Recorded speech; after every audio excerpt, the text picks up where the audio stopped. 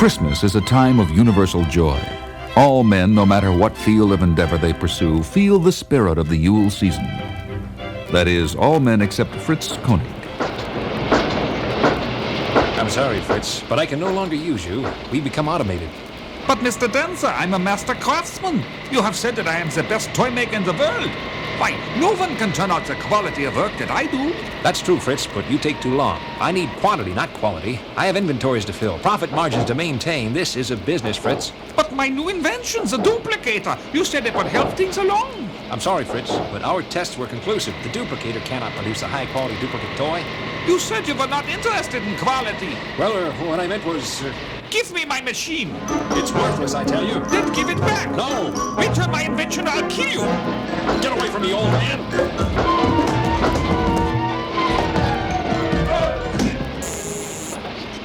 Jerry, get in here. I have something for you to get rid of. At the headquarters of the Office of Scientific Intelligence, Chief Oscar Goldman is in a meeting with Colonel Steve Austin. Steve, I've got a strange one here. I'm not sure what to make of it. Tell me about it, Oscar. The local police found a badly beaten elderly man in an alleyway early this morning. He was barely alive when they brought him into the hospital. How is he now? It looks like he's going to make it. Since when are we interested in characters found sleeping in the street? This particular character was Dr. Fritz Koenig. I don't recognize the name. Not too many people know of him.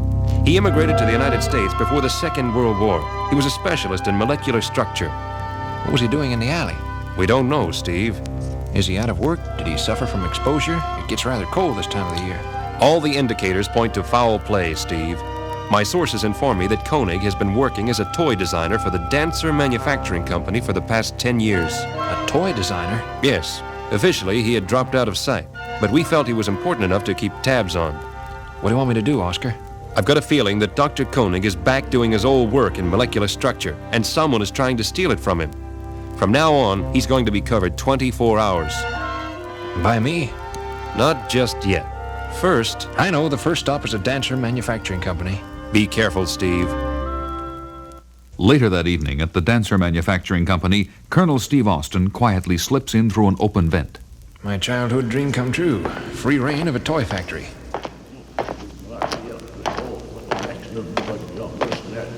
Oh, someone's coming. I'd better find a place to hide. There, behind those boxes. I gotta show you, Mr. Vasilich, this is a genuine article. We are prepared to pay whatever amount is necessary to take possession of the machine, if and only if it performs to specifications. That is the purpose of this test, to prove the capabilities of the molecular duplicator. The power of such a unit is very great indeed. We could revolutionize the tactics of war.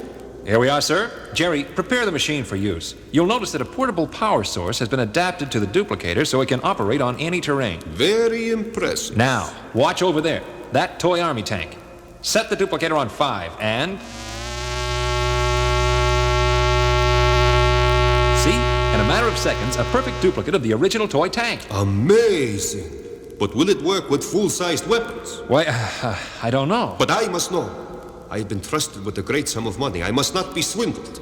I need to see an actual tank reproduced. Then it will be arranged immediately. What is that? Attack dogs. I keep them here to frighten away intruders. I think we have one on the premises right now. Jerry, release the dogs. That's my cue to exit. I hope I can outrun those dogs. Gotta find a way out of here. There he is. Stop him. There's the fence. I have to jump the fence. 1, 2, here goes. Made it. Now to report.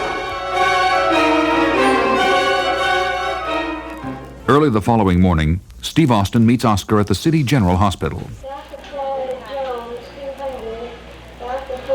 How is Dr. Koenig? Getting stronger, Steve. How did you make out last night? I'll tell you when we see Koenig. I think there are a few things he can explain. I tell you this much, Oscar. He hasn't been idle in the last couple of years. Something big? Tops, Oscar. And a man by the name of Vasilich seems very interested in paying whatever it takes to own it. Alexei Vasilich? I have never seen him before. Tall, heavy-set, wears flashy clothing? That's him. Who is he? He's a weapons broker, the most powerful underground espionage agent in the Western Hemisphere. I've been trying to get my hands on him for years. You may get your chance. I hope so. Let's see what Dr. Koenig has to say. Dr. Koenig, this is Colonel Austin. There's something he would like to discuss with you. It has to do with a molecular duplicator. How did you know about that? I saw it work last night. A man named Dancer. That thief, charlatan, he knew my invention worked all along. He was trying to cheat me. What is this all about? I retired from physics 10 years ago. I could no longer get myself involved in theories and equations, so I used the talent I had developed as a child, designing models and toys. I went to work for Mr. Dancer. He said I was good, but I couldn't turn out the quantity he needed to show a profit. So I invented the duplicator to reproduce my toys in quantity. I thought with the Christmas season upon us, he would be happy with the idea. But no, that scoundrel, he robbed me. And now he plans to sell it to the highest bidder. We have to stop him. What's his next move? Vasilych didn't want to buy the machine on the basis of the demonstration with a miniature tank last night. Somehow Dancer is going to have to get his hands on the real thing and prove that the duplicator can work on a major scale. That fool, that is impossible. It can only work with toys. I designed it for small objects. Can you be sure that it will not work on a full-sized armored tank? Well, no, I can't guarantee anything. Steve, I think we'd better get moving.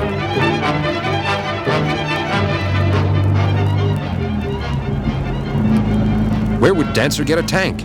I've been thinking about that, Oscar. The logical thing for him to do is to bring Vasilych to the tank. But he can't get into a military base. No, but the National Guard Armory has a tank platoon parked out back. I don't even think they have a sentry on duty. Let's get over there. I'll call for reinforcements. I don't think that's a good idea, Oscar. We can't afford to scare them off. We need both the duplicator and Vasilych. What do you suggest? Let me go in alone. Wait for my signal. I'll wait, but only until I think you may need me. Deal? Okay. That evening at the National Guard Armory, I'm sorry to inconvenience you this way, Mr. Vasilych, but it was more practical to bring you here. I don't mind. It gives me a chance to look over your new armored weapons. Well then, I believe we are ready for the demonstration. Do you have the money? $4 million. Will it be sufficient? I don't know. This is a very expensive machine. Other powers might pay more fantastic sums. But at the present, I am the only one with the cash, Mr. Dancer. So let us stop playing games and proceed. Yes, of course. Jerry, set up the molecular duplicator. Now we will see what this machine is truly capable of.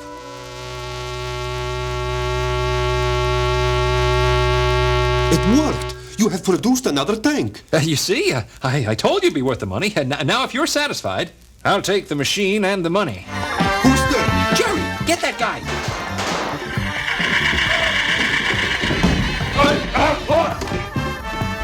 Dancer, you will die for setting up this trap. No, I swear, I didn't know!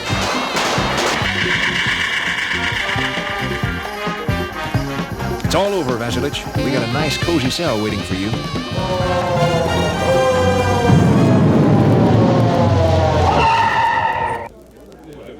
Steve, what happened? Vasilych shot Dancer and his accomplice, Jerry. He thought it was a trap. What was that loud explosion? That was Dancer's dream blowing up in his face. You mean... Dr. Koenig was right, Oscar. The machine doesn't work on large objects. The tank was reproduced, but the molecules couldn't stay together. It exploded into dust. That pile of rubble is all that is left of a tank? Well, Dr. Koenig at least will have his machine back. I was hoping we were onto something that really worked. Better luck next Christmas, Oscar. Maybe you should buy one of Koenig's toys.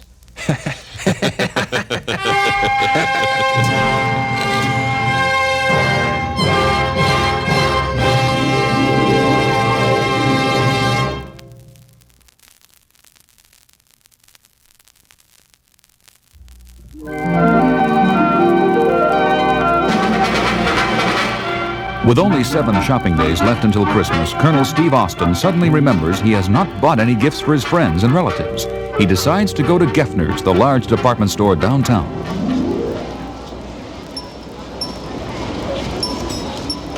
Can I help you, sir? Yes, I'm looking for something in perfumes. Any particular fragrance? I thought you might be able to suggest something. Well, there certainly is a large variety to choose from. I can see that. What's all that commotion about? That's where the store Santa Claus holds court. Probably some kid didn't get what he wanted and he's registering a complaint. Sounds more serious than that. Hey, stop that man! He stole my Christmas present! Hey, you, stop! Watch it, mister. This is a crowded store. Someone could get hurt. Sorry, pal, I'm in a hurry. I understand. Christmas rush. Yeah, well, I gotta run. Hey, mister, give me my Christmas present. Go away. Give it to me. Come on, kid. Go away. What seems to be the problem? He stole my Christmas present. The one that Santa Claus gave me. Look, pal, she's my daughter. I wanted to surprise her. Now she's gonna ruin the whole thing. He's not my father. Give me my present. I think you better give it to her. Get out of my way. Put that gun away. Someone could get hurt. Not if you leave me alone. Now stand aside. I'm walking out of here. Oh, you're not.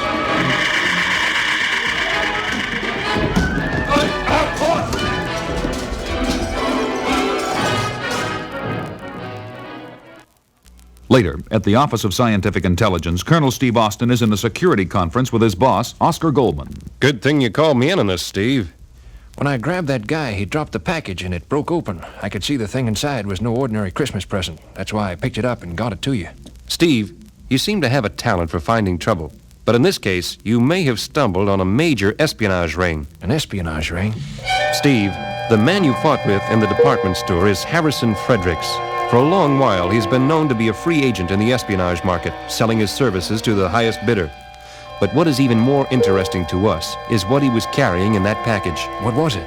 It was an electronic fuel cell for our latest attack missile, the SYR-9. The SYR-9? I thought that was out in California. No one is supposed to know about it. Someone does, Steve.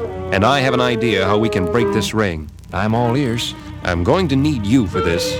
I don't mean to put you in an awkward position, but I don't have any other way to go about it. Break it to me gently, Oscar. Steve, after Fredericks was arrested, we suspected that the man playing Santa Claus at the department store was being used as a go-between for moving the stolen parts. Did you bring him in? About 20 minutes ago. He's clean, Steve. He doesn't know a thing. He probably wasn't involved at all. Just gave out the gifts to kids in line. Which means a dead end. Not necessarily. If he were to take a few days off and be replaced by another Santa who could keep a trained eye on things, we may get lucky. Who did you have in mind? Why, you, of course. Mr. Maris? Yes, who are you? I'm Steve Austin, the new Santa Claus for the toy department. I can't see why they hired you. No belly, no beard. You need a total makeup job. I don't know whether or not you'll be convincing. The man in the office upstairs said to report to you. Yes, I see. Where do I change? In the locker room at the back. Yours is number 13. You'll find a red suit and beard in the locker. Thanks.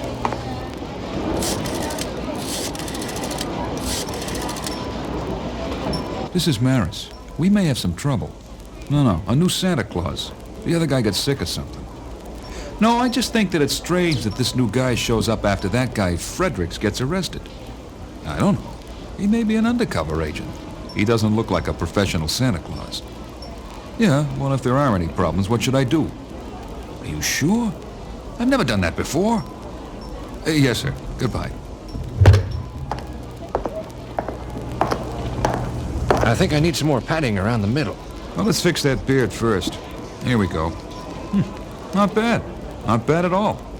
Now just go out there and hand out the gifts. Make sure you take them from the pile on the left. On the left? Yeah. And don't get it confused or you may be out of a job. Hey, don't I know you? Of course, everyone knows me. I'm Santa Claus. There's no such person as Santa Claus. Then who am I? I think you're the man who was here the other day, the one who tried to get my present back for me. I'm Santa Claus. I told you there's no such person. Then what are you doing on my lap? I want a present. But you got one the other day. No, I didn't. The police took it. I want another one. Okay, here you go. No, I want it from that pile. Those are for later. I can't give you those now. Santa, that's quite all right. Give the little girl a gift from the pile she wants. I thought you said... Just do as I say.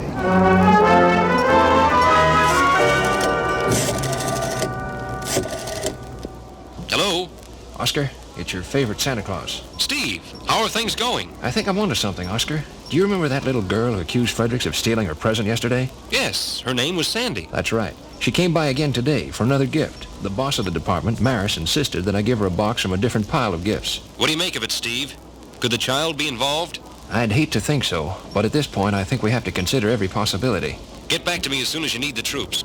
I will. Goodbye, Oscar. Don't turn around, Mr. Austin. If you make one move, it'll be your last. I don't understand. I have a revolver pointed at your back, and I'm an expert shot. Listen, Mr. Maris, I like a joke as much as the next man. This is no joke, Mr. Austin. I suspected from the very beginning you might be an undercover agent. Now, my suspicions are confirmed. I heard every word of your telephone call. Then you are the man behind the espionage ring. No questions, Mr. Austin.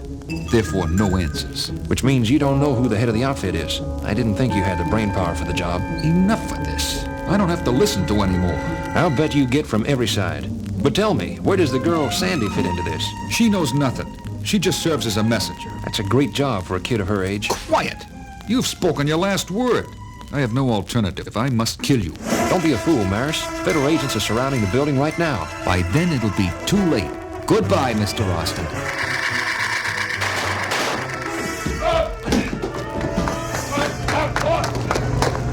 Steve, are you all right? Just fine, Oscar. Our man here isn't the top of the line. Don't worry about that. I had a hunch you might need help, and I had one of our men on the scene. He followed the little girl out of the store, and she led us right to Mr. Big. And we grabbed him just as she handed him another one of the missing fuel cells, wrapped up in a Christmas package. And I guess that ties it all up. Looks that way. Wait a minute. There's one more thing. What's that, Steve? I owe a little girl a Christmas present.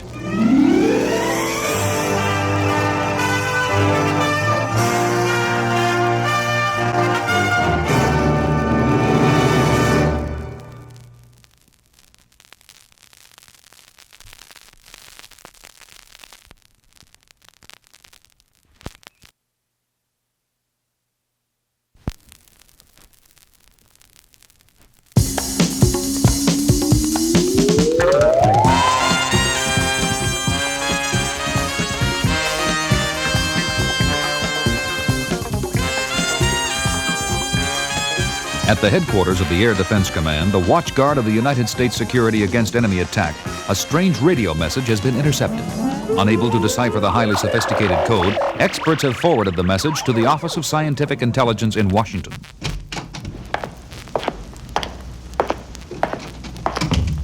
Steve, I'm glad you could make it. No problem, Oscar. I'm staying in town for the holidays. Steve, the Air Defense Command in Colorado Springs picked up an unusual radio message the other day on a restricted frequency. No identification codes? That's part of the problem. All messages received over the defense network are preceded by an identification code, and they are followed by a second ident code before signing off. And this communication has no code on either side. They can't even decode the message. What are we going to do? It defies analysis, Steve. As a matter of fact, nothing on record as language or numeric code is anything like it. I've called in Dr. Landis. Ethel Landis? She's the top expert in the field of coded communication. And she has a lot of kooky ideas, Oscar. I know, Steve, but we can't afford to overlook any possibilities. Dr. Landis is here, Mr. Goldman. Thank you. Please send her right in. She's here, Steve. Hello, Oscar. It's been a long time. And Colonel Steve Austin. What a pleasant surprise. You're really calling out the troops, Oscar? Yes, well, have you gone over the information I sent you? Yes. And have you reached any conclusions? Yes, I have, but... Well, don't keep us in suspense, Dr. Landis. Please, Steve, call me Ethel. Oscar, this may seem far-fetched, but my observations are based on carefully computed data. Well? Do you know what a supernova is? Exploding star. That's correct, Steve. In this case, we are talking about the sun of a solar system similar to ours. I don't see... It's really very simple. Approximately 2,000 years ago, a large star appeared in the sky over the Middle East. Many scientists believe it was a supernova. What does this have to do with the radio messages? You won't believe this. Try me. Okay. I believe the messages are the final words to come from that solar system before their sun exploded. If that's true... Millions of people believe that was the guiding light to Bethlehem. It was. And that is why it is imperative to decipher the message. You haven't done that? I can't. The radioactivity in our atmosphere is cutting down the reception. The only way to get the entire communique is to send someone up into space above the radiation belt. Looks like I've been elected. 2 days later at Cape Canaveral, Colonel Austin and Dr. Landis are in the forward stage of a Titan rocket awaiting takeoff. I didn't realize you were going to join me, Doctor. Someone who is familiar with intergalactic communications had to go. Do you really think that this may be some sort of Christmas greeting? It's the only thing that makes sense. 15 seconds, Steve. All systems show green for go. Fuel positive, safety breakers on, escape mode is armed.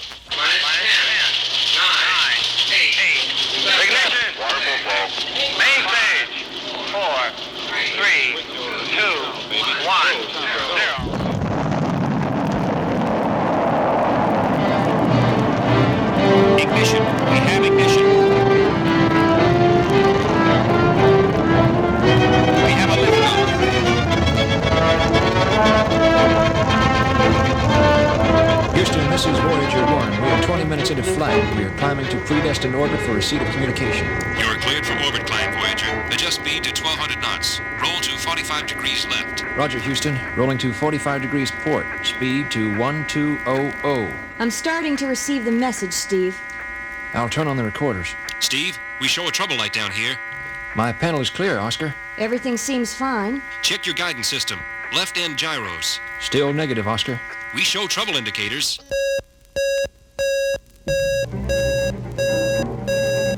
Voyager 1, come in. Please, Steve, come in. Houston, this is Voyager 1. We show trouble status on forward guidance system. Vessel is out of control. We've been struck by space debris. Outer hull is shattered. I can't hold course. Voyager 1, this is Houston. Do you read? I repeat, Voyager 1, this is Houston. Do you copy? Steve, Dr. Landis, please answer.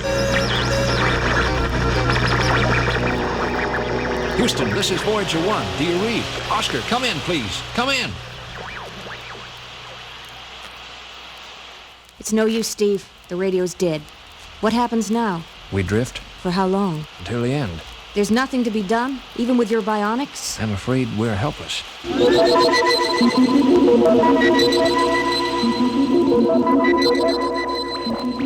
I thought the radio was dead. It is. I don't know what we're receiving. It's coming directly through. It must be the alien message. Then you must be right. It did originate out here. Let's see if the recording equipment is still working. It still works. Let's get it all. The entire cycle takes about 25 minutes. At least we got what we came for. Now if we could only get home. I have the entire message recorded, Steve. I wish I could get back to my lab to decode it. Ethel, do you think the gyros blew out because of a power overload when we were struck? That would seem to be the only likely explanation. Which means that a boost of high voltage energy into the power system should start the emergency power. It might, Colonel. What are you suggesting? My bionic power source linked to the ship's system might give us enough power to ignite the guidance relays and resume radio contact. Then they could bring us down from the ground. But what will that do to you, Colonel? That's a chance I'll have to take.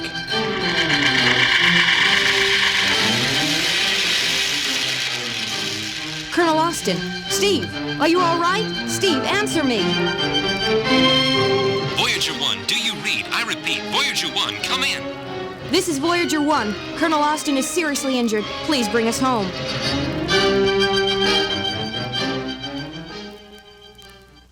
With radio communication reestablished, ground control brings the Voyager 1 safely back to Earth. Steve Austin is sent to the special OSI facility for vital treatment on his bionic system.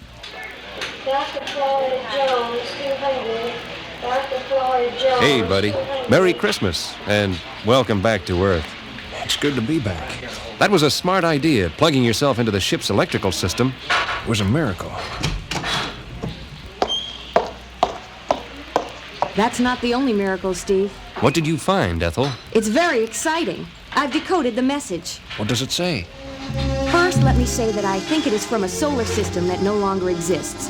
It might have been a warning sent out by the inhabitants of the system when they realized their sun was going to explode. You mean the supernova? That's right, Oscar. What was the message? As close as I can interpret, it says, prepare for a new day. That's all? Yes, but what is really ironic is that the message is just reaching us now. What do you mean? My original theory was right. The supernova occurred exactly 2,011 years ago, on the first Christmas Eve. Who is talking about miracles?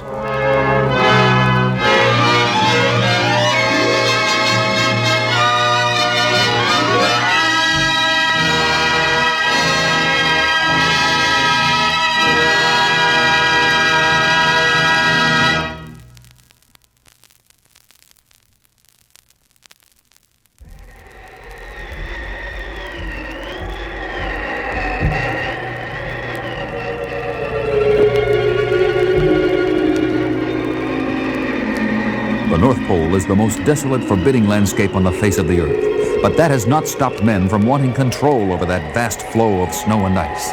But only one man has succeeded in setting up a comfortable home and a thriving business.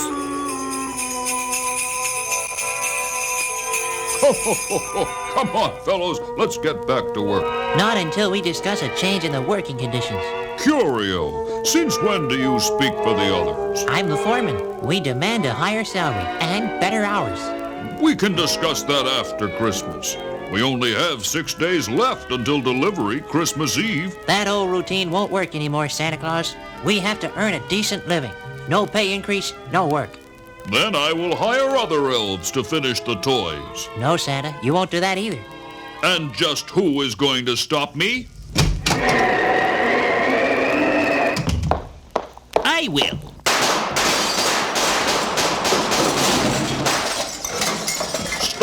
Stop this craziness! You're destroying my toys! Who is this madman? I am Rabbit, and I am here to make sure no one crosses the picket line. In Washington, at the headquarters of the OSI, Office of Scientific Intelligence, Steve Austin is conferring with Oscar Goldman. Oscar, what is so important that I have to interrupt my Christmas vacation? I'm sorry, Steve, but we have a very serious situation on our hands. And of course, only I can handle it. You should be flattered, Steve. You're my best agent. I would trade that honor for some time off during the Christmas holidays. Steve, I received a call from the National Weather Service early this morning. I didn't know they were part of the Defense Intelligence System. They most certainly are. We need them for satellite reports, weather forecasts for the Air Force. I get the idea, Oscar. What's the problem? The polar ice cap at the North Pole. Don't keep me in suspense, Oscar. It's melting, Steve. You can't be serious. The North Pole melting? According to my calculations, the temperature under the ice is rising at the rate of 1 degree per hour. How much time does that leave us? If the rate of thaw continues at its present speed, the entire northern hemisphere could be under 2 feet of water by Christmas Day. That's only 5 days from now. Steve, you must get up to the polar region immediately. You can function without worrying about the weather conditions. Are there any leads, Oscar? Just this. We've discovered certain areas are giving off artificial heat. We've been able to pinpoint some of the generating points from our satellite sensors. I suggest we try those areas first. What do you mean, we, Oscar? I'm going with you.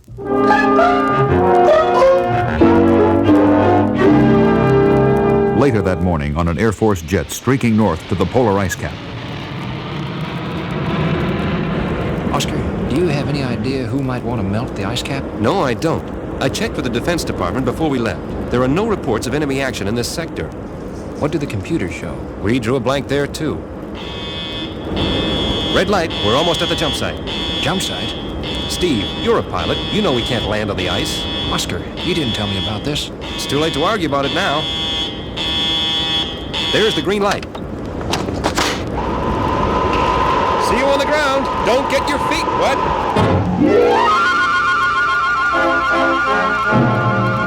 After landing on the cold Arctic surface, Steve and Oscar unload the gear they need to find the heat source. Let me handle the heavy stuff, Oscar. You never cease to amaze me, Steve. We, too, are impressed by your great strength. No, do not move. You are covered. Who are you? That is none of your business. If you were going to point that machine gun at me, I would say it's my business. Oscar, I think we can rush this guy. Careful, Steve. He may be trigger-happy. No talking! You are to only answer my questions. My friend and I are here on a natural history expedition for the National Scientific Guild. Enough of this nonsense! You are spies! Scientists do not parachute out of U.S. Air Force planes! What is your mission here? We came to see Santa Claus. He's right behind you. Where? Now, Oscar.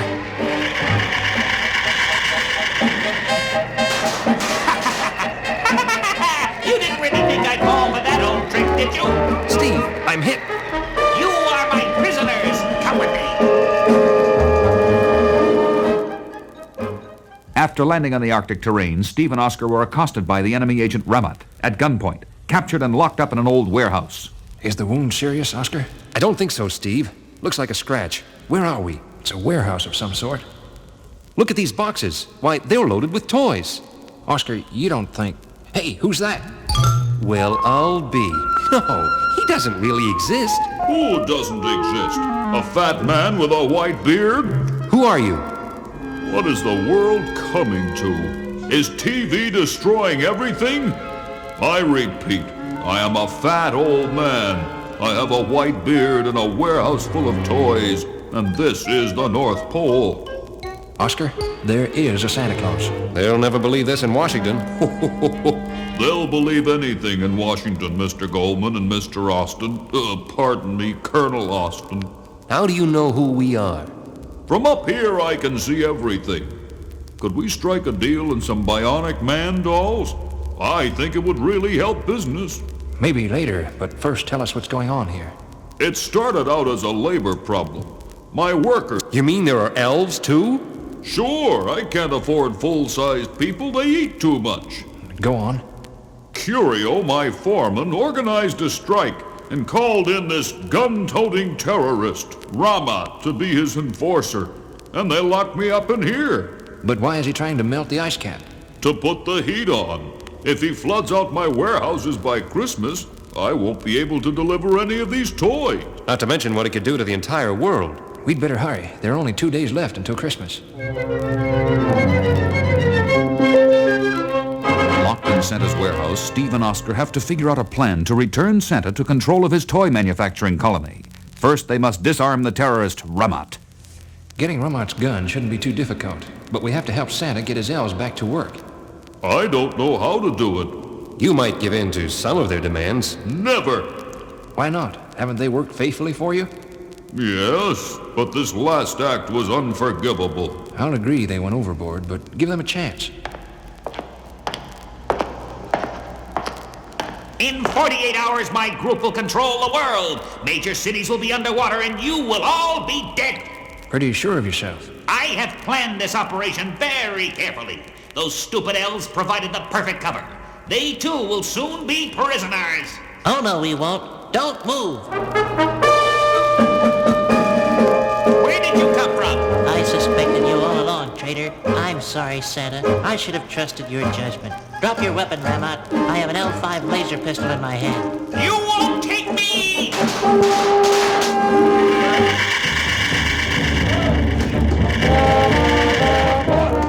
It's all over, Ramat. You're coming back to the United States to face trial. First, he's going to tell us where the heat generators are located. Never! Let me handle this, Colonel. He's all yours. As I was saying, Ramat, before the little skirmish which just took place, this is an L5 automatic laser pistol. It will cut you in half in a matter of seconds. This is your last chance to talk. I'll tell! I'll tell! Later, after all the heat generators have been cleared and Oscar has seen that the temperature is falling back to normal, he and Steve prepare to leave with their prisoner. I don't know how to thank you, gentlemen. Well, I hate to ask for anything, but I'm sure my office would like to analyze that automatic laser pistol. Of course. And we will give one to Colonel Austin so he will have something to play with. You mean it's a toy? One of my best.